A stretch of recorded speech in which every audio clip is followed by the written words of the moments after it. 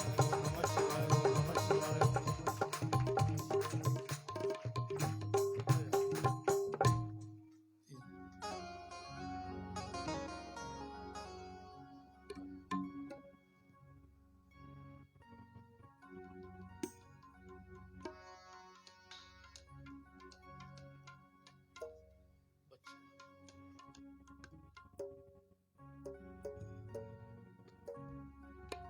Hello hello hello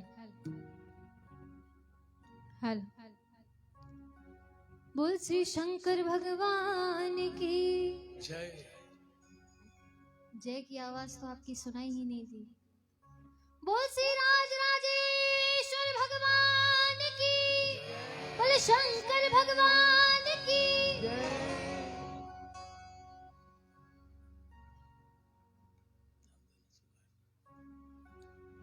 भगवान का नाम लेना, अगर आप भगवान का नाम लेते हैं तो फायदा आपका है, मैं भगवान का नाम लेती हूँ तो फायदा मेरा है। वो नाम हमारे काम ही आएगा। इस दुनिया से जाने के बाद अगर कोई चीज काम आएगी तो भगवान का नाम। बेटा और इस दुनिया में भी दुनिया से जाने वाले मरने की बात मत कर। मैंने बहुत डरा दिया इनको सबको। इनको डरा क्या दिया, इनको मैंने ऊपर ही पहुंचा दिया थोड़ी देर के लिए। अच्छी अच्छी बात कर, नहीं तो कल से आएंगे नहीं ये लोग। लेकिन इस जीवन में भी आपके किसी भी कार्य का, किसी भी तकलीफ का अगर आपको सल्यूशन नहीं मिल रहा है तब आप भगवान को याद करते हैं कि नहीं? तो आज बाबा भोलेनाथ से बस यही मांगना कि बाबा हाथ जोड़ कर मांगता हूँ ऐसा हो जन्म, हाथ जोड़ कर मांगता हूँ ऐसा हो जन्म। कैसा? तेरे नाम से शुरू, तेरे नाम पे खत्म। सच्चाई है। ऐसा ही जीवन चाहते हो ना कि भगवान आपके नाम से शुरू हो और आपके नाम पे खत्म। तो आपकी आवाज भोलेनाथ तक पहुंचनी चाहिए। यहीं बैठे हैं बाबा। हाथ जोड़ कर मांगता हूँ ऐसा हो जन्म। हाथ जोड़ कर मांगता हूँ ऐसा हो जन्म। हाथ जोड़ कर मांगता हूँ ऐसा हो जन्म। हाथ जोड़ कर मांगता हूँ ऐसा हो जन्म। तेरे नाम से शुरू तेरे नाम पे खत्म। तेरे नाम से शुरू तेरे नाम पे खत्म। हाथ जोड़ कर मांगता हूँ ऐसा हो जन्म। हाथ जोड़ कर मांगता हूँ ऐसा मीठी हो मीठी तालियों के जन्म। One, two, three, four.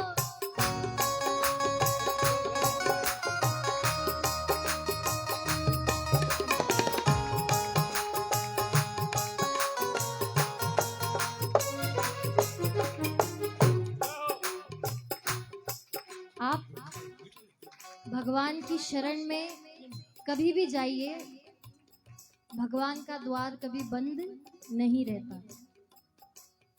हमारी जब इच्छा होती है हम पूजा करते हैं, जब इच्छा नहीं होती हम पूजा नहीं करते। लेकिन फिर भी भगवान हमारा साथ देते हैं। अब इससे ज्यादा और क्या चाहिए आपको? कि ऐसे युग में, जैसा मैंने पहले भी कहा कि हमारे पास सब कुछ है, फोन पे इतनी इंफॉर्मेशन है, इतना टाइम पास हो सकता है, लेकिन फिर भी अगर आप बैठकर कथा सुन रहे हैं और कथा का आनंद ले रहे हैं तो इससे बड़ी बात और है ही नहीं। हो जाने अनजाने में ऐसा एक काम हो गया। हो जाने अनजाने में ऐसा एक काम हो गया। आप लोग यहाँ बैठे हैं, कथा सुन रहे हो, कई भक्तों को पता है कि कथा चालू है, लेकिन फिर भी आज नहीं जाते, कल जाते हैं। आप भाग्यशाली हैं कि बाबा के दरबार में बैठकर कथा सुन रहे हैं। जाने अनजाने में ऐसा एक काम हो गया, मेरी जिंदगी का मालिक हो, मेरी जिंदगी का मालिक मेरा शाम हो गया। वरना इतने भी अच्छे ना थे अपने करम। वरना इतने भी अच्छे ना थे अपने करम। तेरे नाम से तेरे नाम पे खत्म, तेरे नाम से शुरू तेरे नाम पे खत्म। हाथ जोड़ कर मांगता हूँ ऐसा हो जन्म। हाथ जोड़ कर मांगता हूँ ऐसा हो जन्म।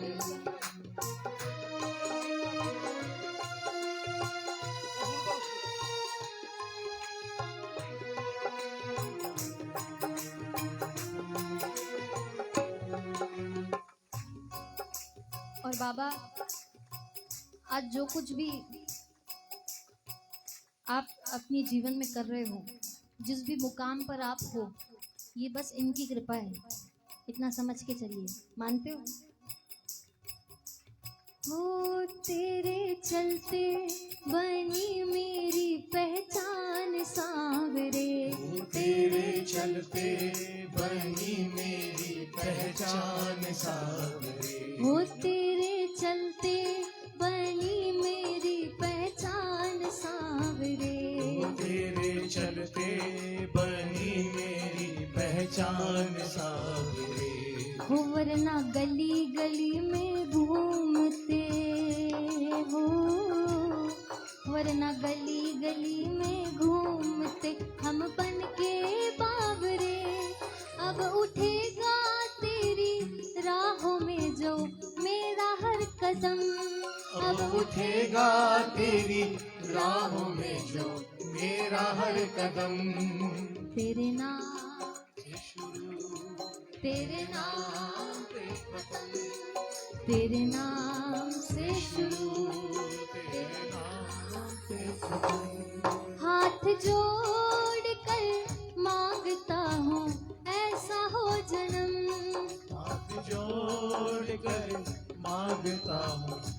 ऐसा हो मीठी मीठी जन्म। तालियों के साथ 1 2 3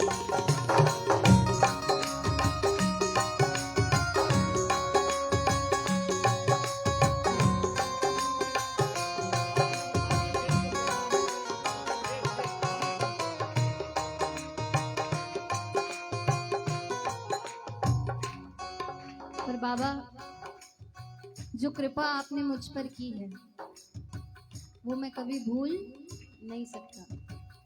घर में कोई भी काम हो, कोई भी मुसीबत हो, हमेशा आपका साथ है, हमेशा आपकी कृपा है।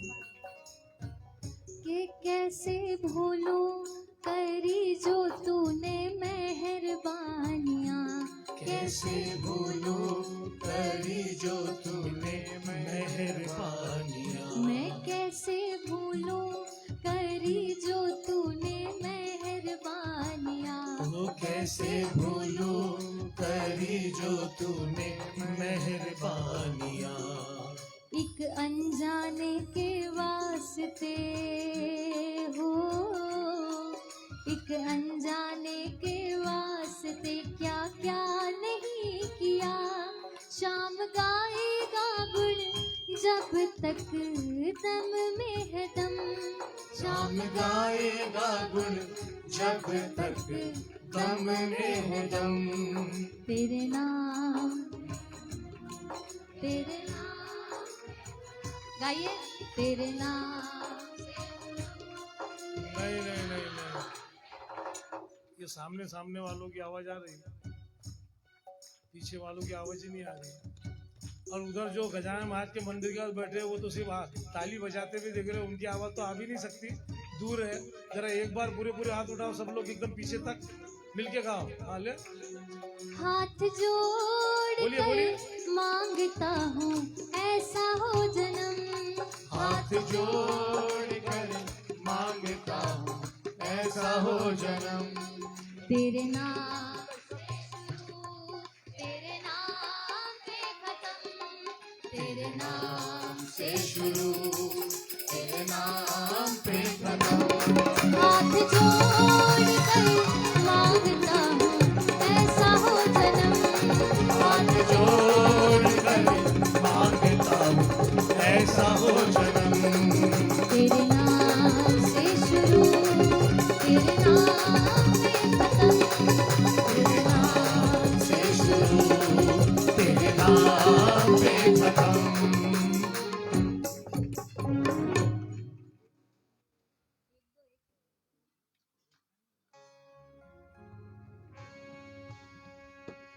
दो लाइनें इस भजन की सुनाती हूँ। जैसा मैंने कहा, जब हमारी इच्छा होती है या कोई काम होता है या हमारा मन करे तो हम पूजा करते हैं, और यदि ना करे तो हम नहीं करते। नहीं, इसका जो बोलना है ये बहुत अच्छे से, सफाई से, अच्छे अच्छे शब्द से बोल रही है ना। हम इतने मतलब ये जब हमारी इच्छा रहती, अब सुनो ना कथा की भाषा में, जब हमारी इच्छा रहती, जब इच्छा हो जाती, जब मन हो जाता, तब भगवान की पूजा करते। नियम से हम भगवान की पूजा करते, देखो नहीं भी बोल रहे।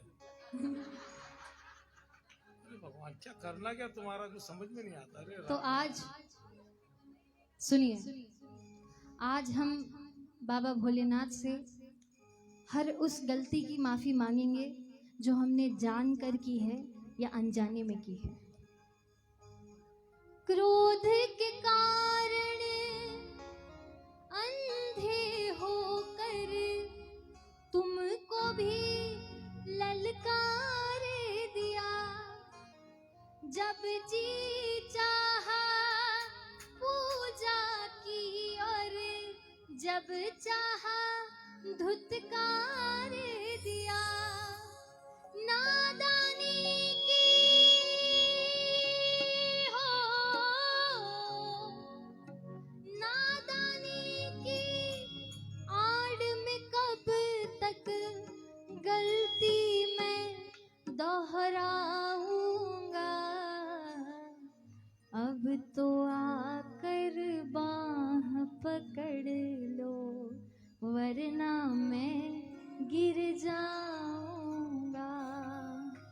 अब तो आकर बाह पकड़ लो वरना मैं गिर जा। जो अपनी बाह आज बाबा को पकड़ाना चाहते हैं, सीधे सीधे हाथ उठाइए और बाबा को दिल से गाकर सुनाइए।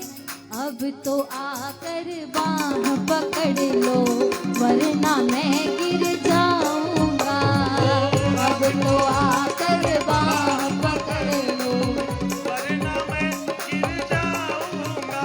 हो सागर इतना गहरा है कि सागर इतना गहरा है कि डूब प्रभु मैं जाऊंगा। अब तो आकर बाह पकड़ लो वरना मैं गिर जाऊंगा। अब तो आकर बाह पकड़ लो वरना मैं गिर जाऊंगा। मीठी मीठी ताली 1 2 3 4।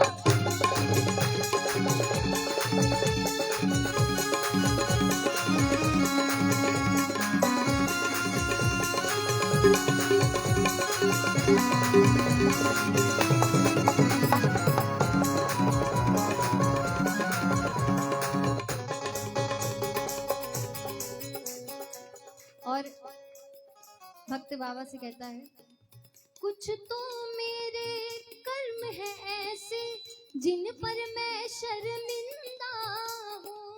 सिर पर कर्ज है दुनिया का बस इसीलिए मैं जिंदा हूँ। तुमने भी मुंह फेर लिया तो तुमने भी मुंह फेर लिया और कहाँ मैं जाऊंगा। पकड़ लो ना मैं अब तो आकर बाह पकड़ लो वरना मैं गिर जाऊंगा। सागर इतना गहरा है कि सागर इतना गहरा है कि डूब प्रभु मैं जाऊंगा। अब तो आकर बाह पकड़ लो वरना मैं गिर जाऊंगा। अब तो आकर बाह पकड़ लो वरना मैं गिर जाऊंगा। भोले राजेश्वराय भोले राजेश्वराय भोले राजेश्वरा भोले राजेश्वरा बाबा गंगाधराय बाबा गंगाधराय। बाबा गंगाधराय बाबा गंगाधराय। बोलो ओम ओम नमः शिवाय नमः शिवाय ओम नमः शिवाय ओम नमः शिवाय शिवाय नमः शिवाय ओम नमः शिवाय ओम नमः शिवाय ओम नमः शिवाय ओम नमः शिवाय ओम नमः शिवाय। ओम नमः शिवाय। राज राजेश्वर भगवान की, शंकर भगवान की।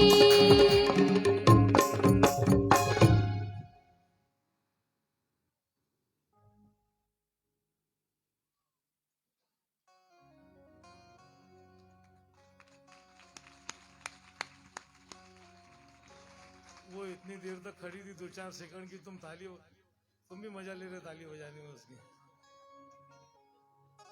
बोलो राजेश्वर महाराज की। भोलेनाथ ने शिवलिंग को इस भूमि पे अपना स्वरूप बताया, अपना स्वरूप दर्शाया। भगवान नारायण से, भगवान श्री विष्णु से और ब्रह्मा जी से भगवान भोलेनाथ कहते हैं कि आप सृष्टि के रचयिता हो और आप पालन करता हो। मैं संहारक रुद्र हूं, लेकिन मैं शिव नाम से आपके साथ सदा रहूंगा।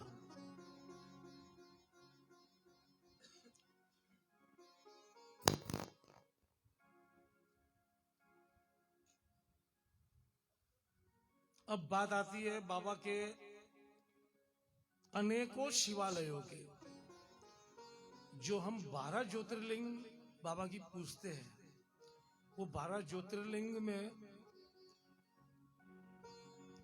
अलग अलग अनेक अनेक कथाएं उसके साथ जुड़ी हुई है। लेकिन उनके अलावा हर क्षेत्र के जैसे 12 ज्योतिर्लिंग का हम लोग स्तोत्र का पाठ करेंगे। सौराष्ट्रे सोमनाथं च श्रीशैल्ये मल्लिकार्जुनम् उज्जैन्यां महाकालम् ओंकारं ममलेश्वरम् परल्या वैद्यनाथं च डाकिन्या भीमशङ्करम् सेतुबन्धे तु रामेशं नागेशं दारुकावने वाराणस्यां तु विश्वेशं त्र्यम्बकं गौतमीतटे हिमालये तु केदारं घृष्णेशं च शिवालये एतानि ज्योतिर्लिङ्गानि सायं पठे नर सप्त जन्म कृतं पापं स्मरणेन्य विनश्यति। सप्त जन्म कृतं पापं स्मरणेन्य विनश्यति। अगर 12 ज्योतिर्लिंग का आप ध्यान करते हैं, देखो बोलना एक अलग चीज है, बोलने का फल तो मिलना ही है। भगवान के 12 ज्योतिर्लिंग का 12 ज्योतिर्लिंग का आप जो सुमिरन करते हैं, जो बोलते हैं, उसका फल तो आपको मिलना ही है। लेकिन अगर बोलते बोलते अगर आप उसका ध्यान लगाते हैं,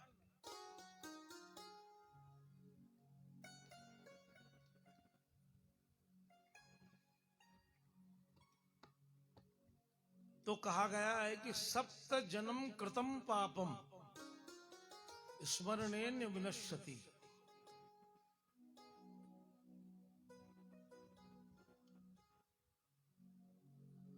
आप ध्यान देखो, ध्यान मनोवेग से भगवान जो है अपने भक्तों का कार्य सिद्ध करने के लिए मनोवेग से अपने भक्तों के पास पहुंचते हैं। उसी तरह मनोवेग से आपको भगवान के तीर्थ स्थानों में पहुंचना चाहिए। जैसे ही आप सबसे पहले सौराष्ट्रे सोमनाथं च, आप आपके हृदय को सोमनाथ में ले जाओ। सोमनाथ कौन कौन गया, हाथ ऊपर करना। चलो अब ये भी पता चल जाएगा, और ये भी पता ये चल जाएगा कि हमको जाना कहाँ कहाँ है। हिंदू धर्म के नियम कायदे के अनुसार, भगवान के लॉ के हिसाब से, भगवान के कायदे के अनुसार हमको 12 ज्योतिर्लिंग के दर्शन करना बहुत जरूरी है। 4 धामों के दर्शन करना बहुत जरूरी है।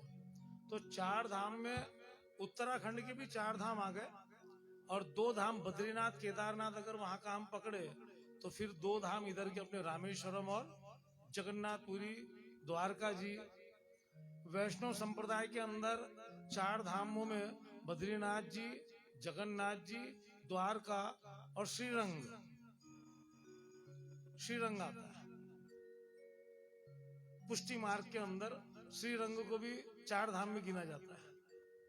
और उसकी ऐसी कथा बताई जाती है कि भगवान द्वारकाधीश की बाल स्वरूप की मूर्ति द्वारका जी से वायु मार्ग से उड़कर वहां गई थी। अब देखो, शिव महापुराण में चलते चलते भागवत जी आ गई, तो अपन जो विषय चल रहा है उस पर चलने देते। तो सोमनाथ, हम लोग 12 ज्योतिर्लिंग के बंधन में बंधे हुए हैं। 51 शक्तिपीठ के दर्शन करने के, पूजन करने के बंधन में बंधे हुए हैं। 4 धाम के बंधन में हम लोग बंधे हुए हैं। और सप्तपुरिया जो है, वो सप्तपुरियों के बंधन में हम बंधे हुए हैं। एवं जितनी भी पौराणिक नदियां है, पवित्र नदियां है, उन नदियों के स्नान के बंधन में हम लोग बंधे हुए हैं। अब इतने जो है, इसमें हम कहाँ कहाँ जाके आए, हम सबको पता है। तो सौराष्ट्र सोमनाथन बोलते ही आप सोमनाथ में बाबा की दिव्य ज्योतिर्लिंग के सामने खड़े हो जाओ, तो आप उसी क्षण सोमनाथ पहुंच गए बिना टिकट के। तो टीटी भी आपको पकड़ने वाला नहीं है।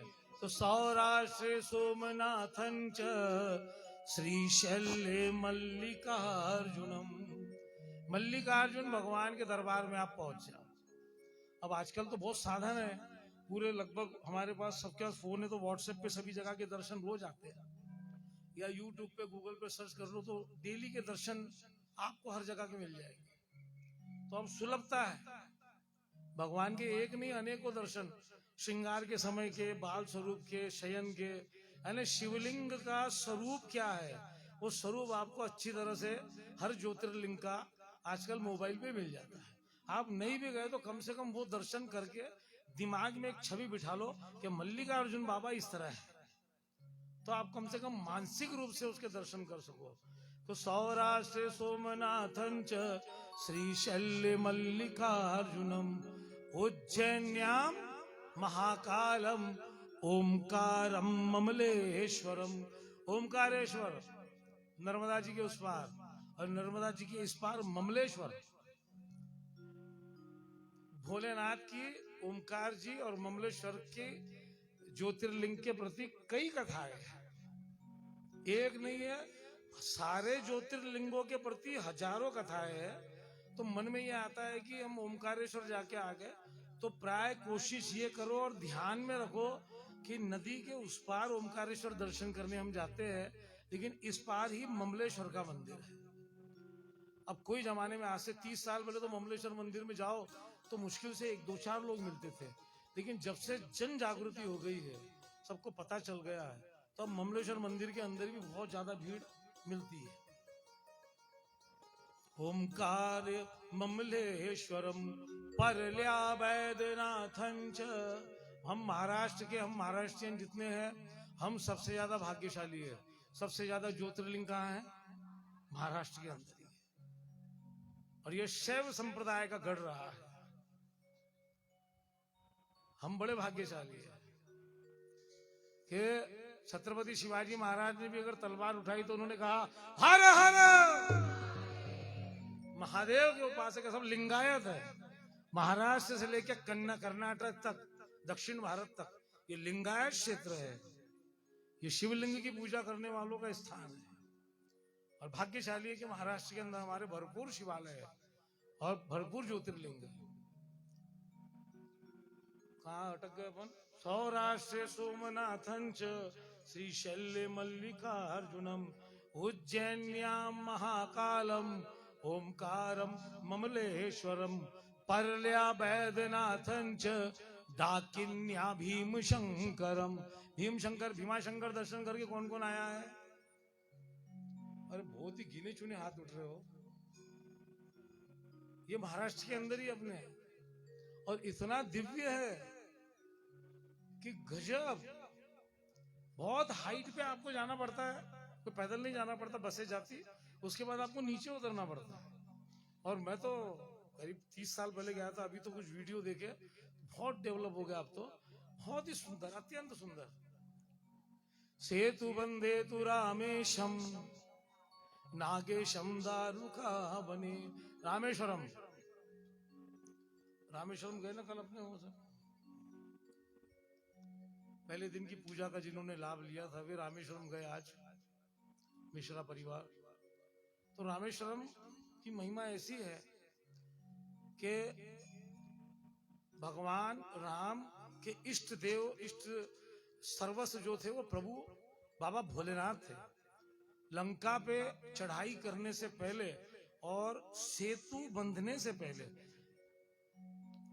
राम सेतु को बनाने से पूर्व समुद्र किनारे पर भगवान श्री राम ने, बहुत बड़ी कथा है कि शिवलिंग लाने को कहा। देखिए रामायण जो है वो एक आपको बता दूं मैं, हमारे जो धर्म शास्त्र है, जो धर्म ग्रंथ है, रामायण रहो या जितने भी पुराने, जितनी भी भगवान की कथाओं की जितने भी बड़े बड़े शास्त्र है रहो, उसमें एक नहीं एक एक जगह के अनेकों वर्णन मिलते हैं। ये भी एक वर्णन आता है कि हनुमान जी को ये कार्य दिया गया कि शिवलिंग लेके आइए आप, ताकि हम भगवान भोलेनाथ की पूजा कर सके और पूजा करने के बाद लंका की तरफ हम लोग प्रस्थान करें। तो हनुमान जी देव योग से कोई कारण से लेट हो गए। वो हनुमान जी लेट हो गए जिन्होंने सूर्य उगने से पहले संजीवनी पर्वत को लेके आ गए थे। वो शिवलिंग लाने में लेट कैसे हो सकते हैं? लेकिन एक योग है।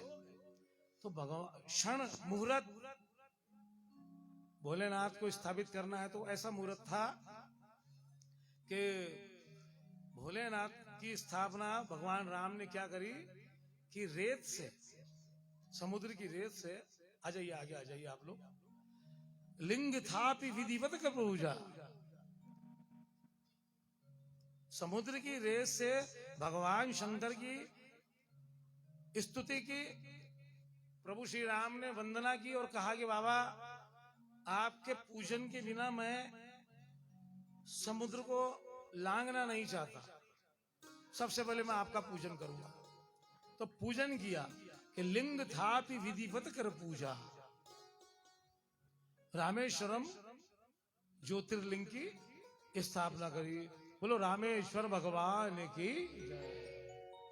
और उसी के साथ में वहीं पर लंका कांड आप पढ़ते हो तो लंका कांड में शुरुआत में आता है, एकदम शुरुआत के दूसरे तीसरे दोहे में आता है कि लिंग थापि विधिवत कर पूजा, शिव समान ना कोई दूजा। आगे भगवान श्री राम कहते हैं कि शिव द्रोही मम भगत कहावा। अगर कोई ऐसा व्यक्ति है कि जो भगवान शंकर की पूजा नहीं करता किसी कारण से, नहीं नहीं नहीं शिव जी की पूजा, क्योंकि उसके तो वो निराकार में आकार थोड़ी समझ में आता है। भगवान शंकर की पूजा करने के लिए तो भाग्य लिखा के लाना पड़ता है। आप देवादिदेव महादेव राजराजेश्वर महाराज के दरबार में आप वहां से आइए, नंदी के पास से अंदर जाइए और जाकर एक तो व्यक्ति वहीं स्तब्ध हो जाता है।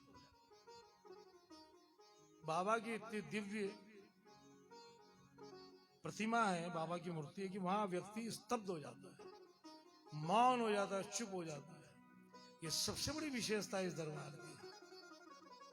और वैसे भी शिवालय का एक नियम है, शिवालय में मौन रहना चाहिए, क्योंकि बाबा का ध्यानस्थ, बाबा की मुद्रा रहती है, बाबा ध्यान में रहते हैं।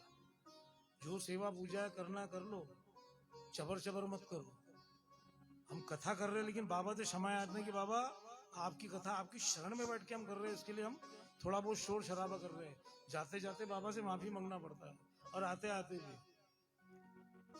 तो भोलेनाथ रामेश्वरम की स्थापना प्रभु श्री राम ने की। रामेश्वर मंदिर के अंदर नैसर्गिक कुएं हैं। कौन कौन रामेश्वर गया?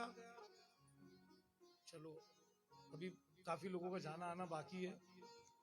अब इसका मतलब ऐसा कुछ मेरे को ही करना पड़ेगा कि कम से कम कुछ ऐसा कुछ एक प्लान बने कि भाई रामेश्वर में जाके ही अपन 7 दिन भागवत जी या रामायण जी सुन ले और वहीं पे अपन उसका आनंद ले ले।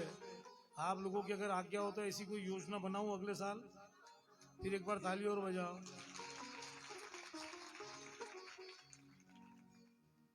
रामेश्वर मंदिर के अंदर, उस परिसर के अंदर मेरे ख्याल से कितने कुएं? 22 कुएं, 22 कुएं, 21, 22 जितने भी कुएं हैं। कितने? अच्छा अच्छा, एक 21 कुएं और एक समुद्र है, 22 22।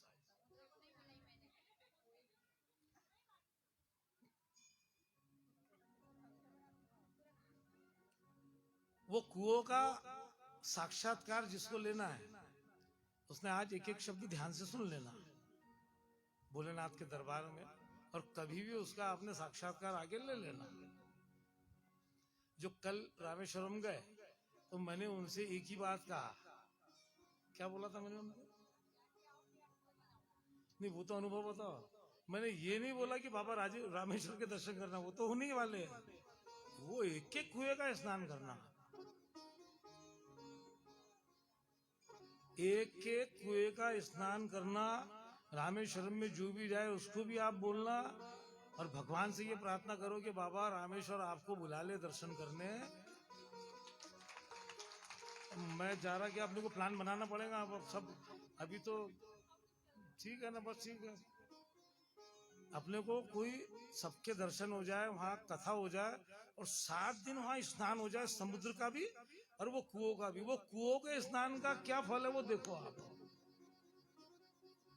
बहुत ही गोपनीय रहस्य राजेश्वर महाराज के दरबार में शिव महापुराण की कथा के माध्यम से, इस व्यास पीठ से मैं बोल रहा हूं आपको।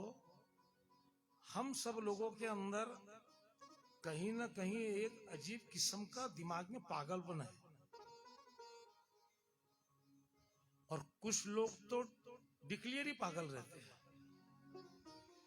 लेकिन बहुत ज्यादा जो डिक्लियर पागल है, मैं उनका तो अनुभव नहीं बता सकता, लेकिन जिनके जो मंद बुद्धि है, थोड़े जड़ बुद्धि है, बिल्कुल ये नहीं जिसको पागलपन बोलेंगे, यार ये कैसी है, समझ में नहीं आ रहा इसके। तो रामेश्वरम की कुएं का बाबा का नाम का महामंत्र का पंचाक्षर का षडाक्षर का जाप करते करते वहाँ वो सब रहते, वहाँ के पंडित लोग, वो एक एक डब्बा कुएं से निकाल के आपको डालते रहते हर जगह। आप उसका स्नान करो। 101 तो नहीं बोलूंगा मैं आपको, 1,01,000% जो भी इस किस्म के व्यक्ति है, जिनकी थोड़ी बहुत बुद्धि जड़ है, या जिनमें पागलपन के दौरे जैसे पड़ते हैं, जिसको अपन बोलते हैं कि सरक जाते हैं करके, वो वहां स्नान करने के बाद में वो चीजें उसकी एकदम बिल्कुल गायब हो जाती है।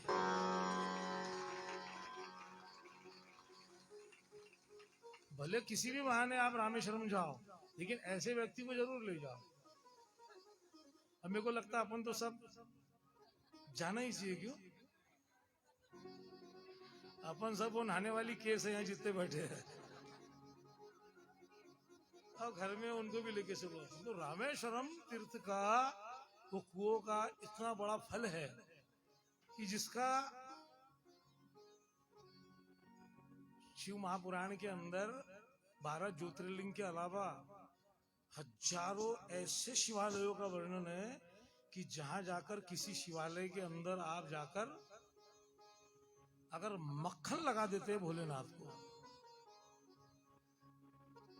स्पेशली उसी शिवालय के अंदर। और ये 12 ज्योतिर्लिंग जो है, ये 12 ज्योतिर्लिंग के अंदर अनेकों ज्योतिर्लिंग है। अब दिमाग काम नहीं करता है,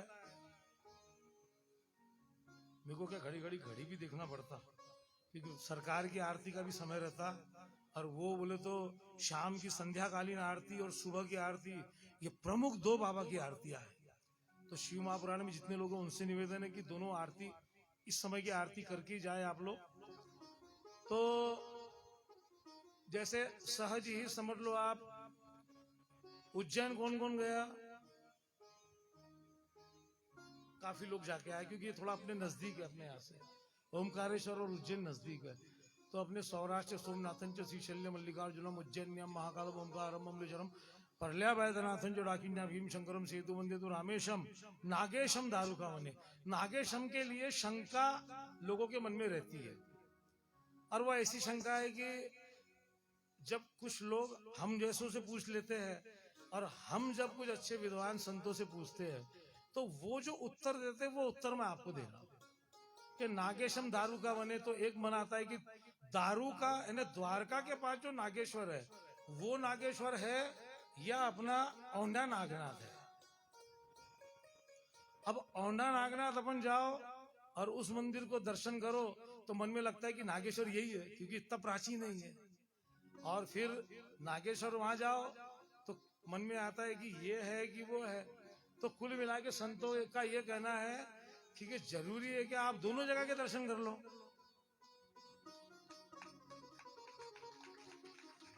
अगर आप ये पेशो पेश में है कि यहाँ जाओ या वहां जाओ, तो दोनों जगह चल जाओ ना।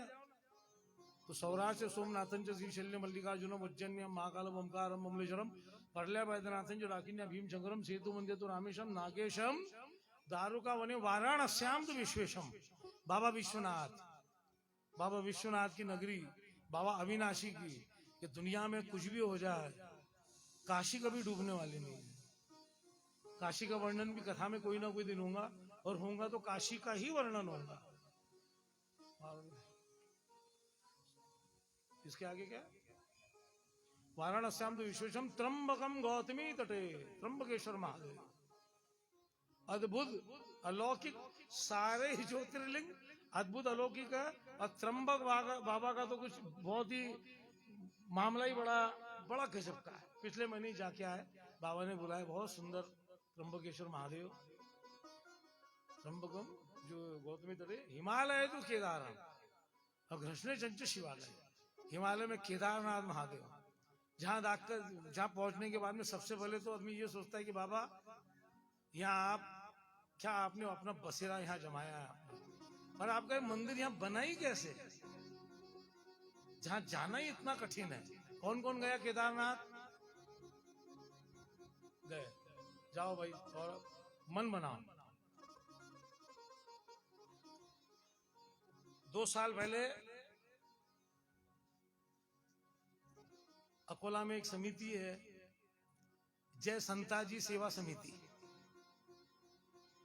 वो समिति का बड़ा सुंदर एक काम है कि एकदम जैसे अभी हम लोग बात किया कि एकदम रिजनेबल, इसमें कमाई के हिसाब से नहीं, भक्तों के दर्शन और कथा हो वो हिसाब से रामेश्वरम की हमारी बात चल रही थी, चल के वहाँ आनंद लेना चाहिए। तो जय संताजी समिति जो है उन्होंने लगभग सभी तीर्थों में जाकर उन्होंने भागवत कथा का आयोजन किया। भक्तों ने कथा सुनी।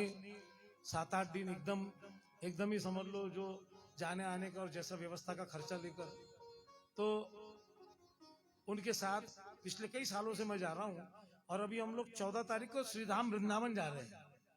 तो वृंदावन में 15 से लेके 21 तारीख तक भागवत जी है, और वहाँ सुबह तो भागवत जी जो हमारे भागवतकार करेंगे, और शाम को मेरे भजन रहते 2 घंटे। तो केदारनाथ बाबा के दर्शन पूरे हम 400-500 लोग थे, हम लोगों ने किया। तो हिमालय तो केदारम घृष्णे चंच शिवालय, औरंगाबाद के पास, संभाजी नगर के पास घृष्णेश्वर महादेव। अब ये जितने भी ज्योतिर्लिंग के मैंने 12 ज्योतिर्लिंग के जो बाबा के नाम आपके पास लिए है, ये ज्योतिर्लिंग, और ये ज्योतिर्लिंग के पास में जैसे सहज ही शुरुआत करता हूं मैं उज्जैन से। तो उज्जैनी नगरी जो है, अवंतिकापुरी, सप्तपुरियों में एक पुरी है, और वो अवंतिकापुरी में बाबा महाकाल के मंदिर परिसर में है। महाकाल बाबा नीचे है। महाकाल बाबा जो है, बाबा का मंदिर तलघर में है। महाकाल बाबा के ऊपर किसका मंदिर है?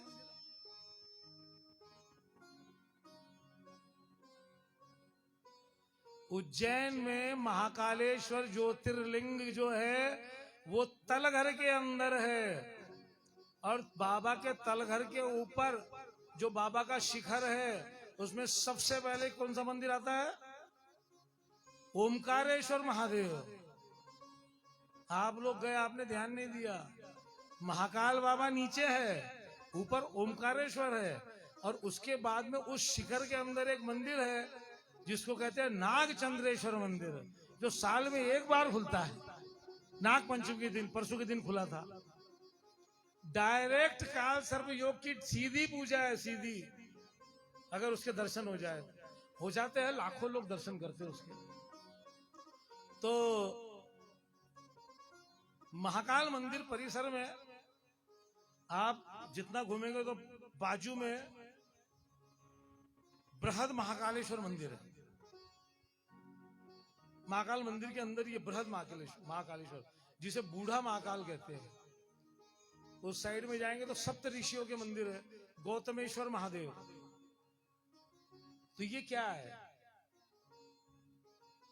शिवलिंग, भगवान के शिवालय इस सृष्टि के अंदर मनुष्यों द्वारा स्थापित जो है वो अलग है, ऋषियों के द्वारा शिवलिंग जो स्थापित है वो अलग है, और देवताओं के द्वारा स्थापित शिवलिंग अलग है। शिव परिवार बहुत बड़ा है। अगर आप देवताओं के द्वारा स्थापित, संत समाज ऋषियों के द्वारा स्थापित, और मनुष्य के द्वारा संत महात्माओं ने, हमने जो स्थापित की है, और सब जगह महादेव एक ही स्वरूप में बैठे हैं। ओम नमः शिवाय, ओम नमः शिवाय, ओम नमः शिवाय, ओम नमः शिवाय, ओम नमः शिवाय, ओम नमः शिवाय, ओम नमः शिवाय। ओम नमः शिवाय ओम नमः शिवाय ओम नमः शिवाय ओम नमः शिवाय ओम नमः शिवाय ओम नमः शिवाय ओम नमः शिवाय ओम नमः शिवाय ओम नमः शिवाय ओम नमः शिवाय ओम नमः शिवाय ओम नमः शिवाय ओम नमः शिवाय। देखो भाई, भोलेनाथ का षडाक्षर मंत्र का जाप कर रहे हैं हम। जाप ऐसा होना चाहिए कि बाबा बाजू में है, लेकिन बाबा का ध्यान लगा लो, जरा आंख बंद करके उठाओ जरा दोनों हाथ पीछे तक एकदम, कि बाबा सावन के महीने में तार दे हमको और हमारे परिवार को तार दे। ओम नमः शिवाय ओम नमः शिवाय ओम नमः शिवाय ओम नमः शिवाय नमः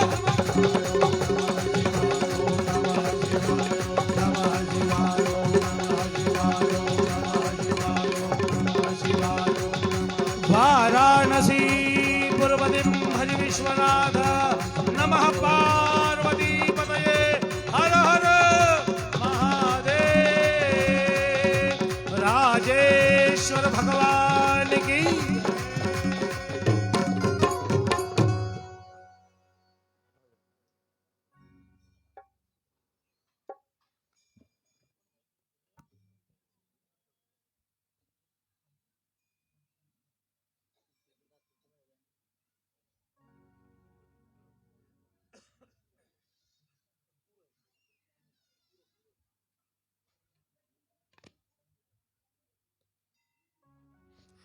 जय बोले। कभी कभी खुद भी तो बोल दिया करो, या ऐसे जबरदस्ती भी मत बोला करो, हृदय से बोला करो। जय भोले, जय भोलेनाथ, जय भोलेनाथ। हो श्री राज राजेश्वर भगवान की जय।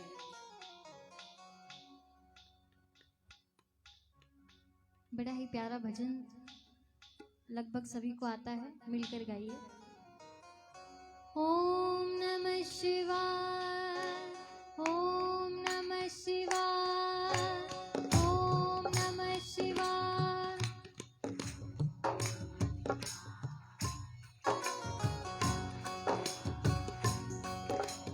ओम नमः शिवाय ओम नमः शिवाय ओम नमः शिवाय ओम नमः शिवाय। सब नादा रखवाला हो शिव जी, डमरुआ वाला जी, डमरुआ वाला। ऊपर कैलाश रहंदा भोलेनाथ जी। कि भोले भोले भोले भोले भोले भोले भोले भोले भोले भोले। कि तरमिया जो तार दा शिव जी, पापिया नो मार दा जी, पापिया नो मार दा। बड़ा ही कृपाल मेरा भोले अमली महादेवा।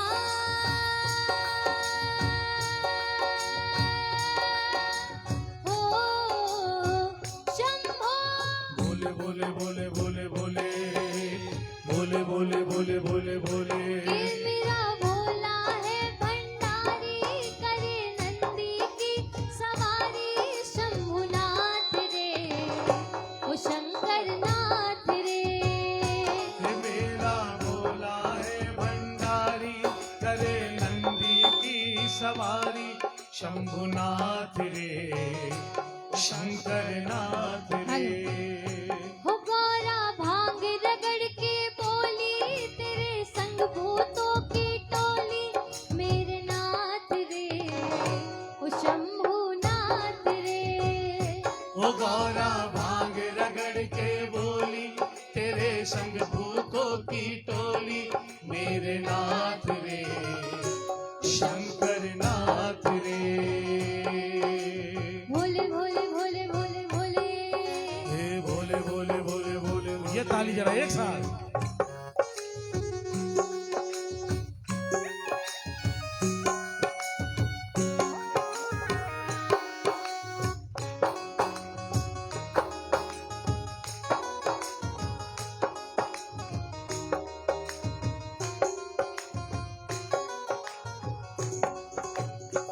पापिया च कर वो गौरा महला च रहंदी। नाच रैंदी बीच शमशाना रैंदा भोलेनाथ जी। भोले भोले भोले भोले भोले भोले भोले भोले भोले भोले कलिया कुंडला वाला मेरा भोले बाबा शिखर कैलाशा बिच रैंदा ओ जी। भोले भोले भोले भोले भोले भोले भोले भोले भोले भोले ओ मेरा भोला है भंडारी करे नंदी की शंभुनाथ रे ओ शंकर नाथ रे। ओ मेरा भोला है भंडारी करे नंदी की सवारी शंभुनाथ रे ओ शंकर नाथ रे। भोले बाबा जी दर तेरे मैं आया जी झोली खाली लाया जी खाली झोली भर दो। भोले बाबा जी दर तेरे मैं आया जी झोली खाली लाया जी खाली झोली भर दो। और बाबा से बस एक ही बात कहना है कि बाबा शिव कैलाशों के वासी धौली धारों के राजा शंकर संकट हरना। शिव कैलाशों के वासी धौली धारों के राजा शंकर संकट हरना। शिव कैलाशों के वासी धौली धारों के राजा शंकर संकट हरना। शिव कैलाशों के राशि गौरी धारों के राजा शंकर संकट हरना। हो तेरे कैलाशों का अंत न पाया तेरे कैलाशों का अंत न पाया अंत बेअंत तेरी माया। ओ भोले बाबा अंत बेअंत तेरी माया। गाइए शिव कैलाशों के वासी धौली धारों के राजा शंकर संकट हरना। शंकर संकट हरना। शंकर संकट हरना।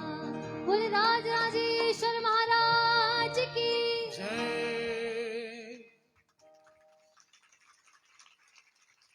भोले राजेश्वराय भोले राजेश्वराय भोले राजेश्वराय भोले राजेश्वराय भोले राजेश्वराय भोले राजेश्वराय भोले राजेश्वराय भोले राजेश्वराय बाबा गंगाधराय बाबा गंगाधराय बाबा गंगाधराय बाबा गंगाधराय बाबा गंगाधराय बाबा गंगाधराय बाबा गंगाधराय शिव जटाधराय शिव जटाधराय शिव जटाधराय शिव जटाधराय।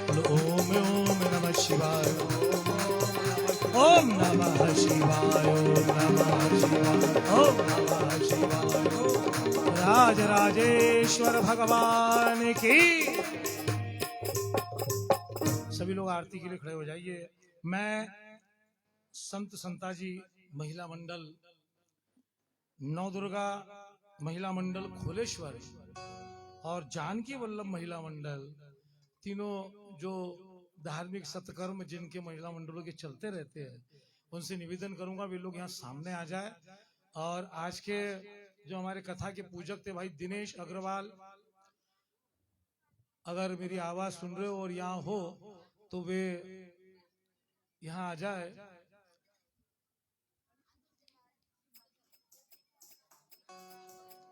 या भैया श्री शैलेश जी अग्रवाल, वे भी अभी यहीं मंदिर में दिखे थे, आरती के लिए यहाँ आ जाए।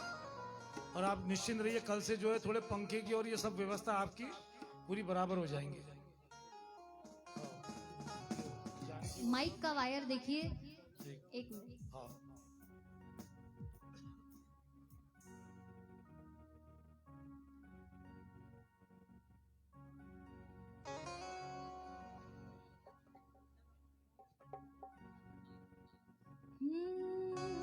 बोल श्री राज राजेश्वर महाराज की, कि शिव कामनाथ महाराज जगत प्रतिपाला,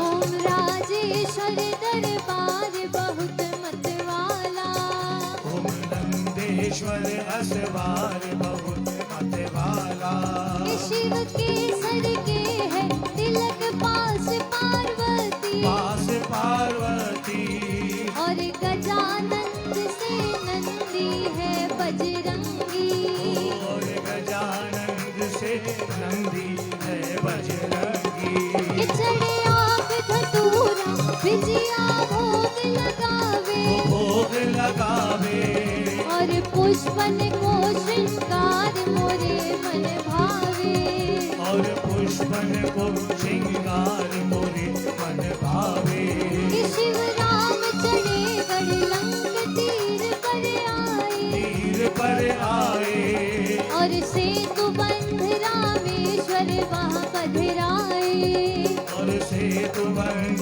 रामेश्वर वहाँ पधराए, कि शिव भीम पितामह भोजराज महिपाला, राज महिपाला, कि नेपाल कोट में शिव ने मस्तक तारा, नेपाल कोट में शिव ने मस्तक ताड़ा, कि शिव झारखंड में पूजता हर कालिंगा, तो प्रभु कालिंगा, और पार्वती संग रहत बहत शिश गंगा, और पार्वती संग रहत बहत शिश गंगा, कि शिव गल सरपन को हारे हाथ त्रिशूला, हाथ त्रिशूला, कि अब करो मेहर शिव नजर खोल बम भोला, अब करो महर शिव नजर खोल बम भोला, श्री राजेश्वर महाराज जगत प्रतिपाला, पाला,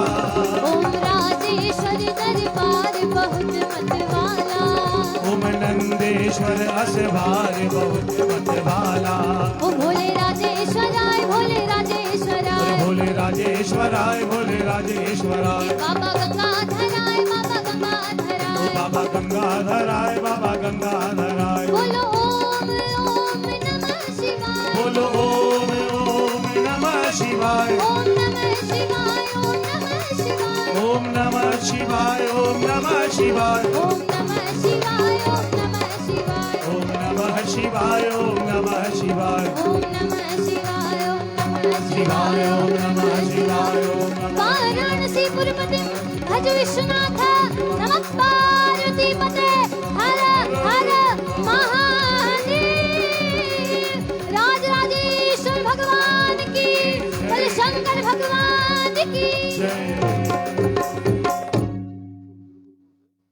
बस आरती जल छोड़कर थोड़ा सा आप आरती उधर ले लो पीछे, ताकि पंखे भी शुरू कर दो भाई।